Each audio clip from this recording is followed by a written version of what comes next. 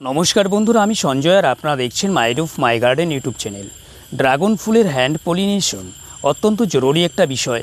আমরা যদি এটা না করি তাহলে ফুল থেকে ফল পাওয়ার সম্ভাবনা অনেকটাই কমে যায়। হ্যান্ড পলিনেশন বিষয়টা সম্পর্কে যদি আপনার একটু ধারণা থাকে তাহলে খুব সহজ পদ্ধতির মাধ্যমেই আপনি এই কাজটা করতে পারবেন।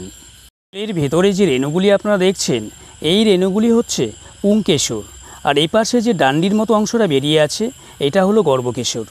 এখন পুংকেশর আর গর্ভকেশর, পুংকেশর থেকে আমরা যদি এই রেণুগুলি নিয়ে গর্ভকেশরে লাগিয়ে দিই তাহলেই কিন্তু হ্যান্ড পলিনেশনের কাজটা হয়ে গেল। আমি রেণুগুলি সংগ্রহ করবার জন্য এরকম একটা প্লেট নিয়েছি, ঠিক ফুলের পাপড়ির নিচে রাখলাম। তারপরে একটা তুলি নিয়েছি, এই তুলি দিয়ে এখানে যদি এভাবে একটু নাড়া দিই তাহলে প্রচুর পরিমাণে রেণু এই প্লেটের মধ্যে এসে জমা হবে। দেখুন, তবে এই কাজটা খুব সাবধানে করতে হবে যেন ফুলের মধ্যে কোনো রকম আঘাত না লাগে। এই যে দেখুন, প্রচুর পরিমাণে রেণু কিন্তু জমা হয়েছে। এখন আমাদের যে কাজটা করতে হবে, এই রেণুগুলি, এই যে আমি তুলিটা নিয়েছি, এই তুলি দিয়ে শুধুমাত্র গর্ভকেশরের মধ্যে লাগিয়ে দিতে হবে। ফুলটা যদি দিনের বেলায় ফুটতো তাহলে কিন্তু আমাদের এই কাজটা করবার কোনো প্রয়োজন ছিল না। বিভিন্ন রকম পতঙ্গ, ভ্রমর, প্রজাপতি এদের মাধ্যমেই কিন্তু পরাগ সংযোগটা হয়ে যেত। কিন্তু সময়টা যেহেতু রাত্রের বেলায় ফোটে, তাই এই পতঙ্গগুলিকে ফুল কিন্তু পায় না, আর এই কারণেই পরাগ সংযোগটা করতে পারে না। তার জন্য অনেক ড্রাগন ফুল ফোটার পরেও কিন্তু ফল হয় না। আমরা যখন এই পরাগ সংযোগটা করে দিতে পারবো তাহলে অন্তত এই বিষয়ে নিশ্চিত থাকব যে পরাগ যোগের কারণে কিন্তু ফল নষ্ট হবে না। ফল নষ্ট অন্য কোনো কারণে হতে পারে, কিন্তু পরাগ যোগের কারণে হবে না। দেখুন, তাহলে বিষয়টা অত্যন্ত সহজ একটা বিষয়। এই কাজটা কিন্তু আপনাকে রাতের বেলাতেই করতে হবে।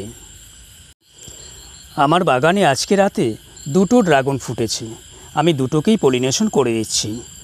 এই পলিনেশন করার পরে ফলের যে মানগত যে মানটা হবে, অর্থাৎ ফলের সাইজটাও কিন্তু অনেকটাই বড় হবে এবং সুমিষ্ট হবে।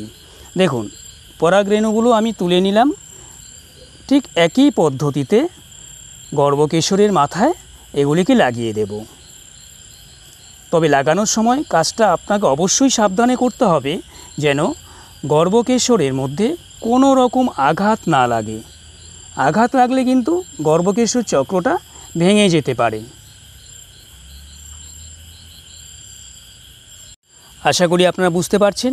রাতের বেলা যখন আপনারা কাজটা করবেন অবশ্যই লাইট হাতে নিয়ে আসবেন এবং কাজটা অত্যন্ত সাবধানের সাথে করবেন, কারণ দিনের বেলায় অর্থাৎ পরের দিন সকালে কিন্তু আপনি আর ফুলটাকে দেখতে পাবেন না, ফুলটা কিন্তু বুঝে যাবে। যদি থাকতো তাহলে আমরা দিনের বেলাতেও করতে পারতাম, কিন্তু যেহেতু থাকে না তাই রাতের বেলাতেই কাজটা আমাদের করে নিতে হবে। সবাইকে আবারও নমস্কার, ভালো থাকবেন, সুস্থ থাকবেন। আর আমার দেওয়া তথ্য যদি আপনাদের পছন্দ হয় তাহলে প্লিজ চ্যানেলটা সাবস্ক্রাইব করে এভাবেই বন্ধু হয়ে বন্ধুর পাশে থাকবার একটু চেষ্টা করবেন।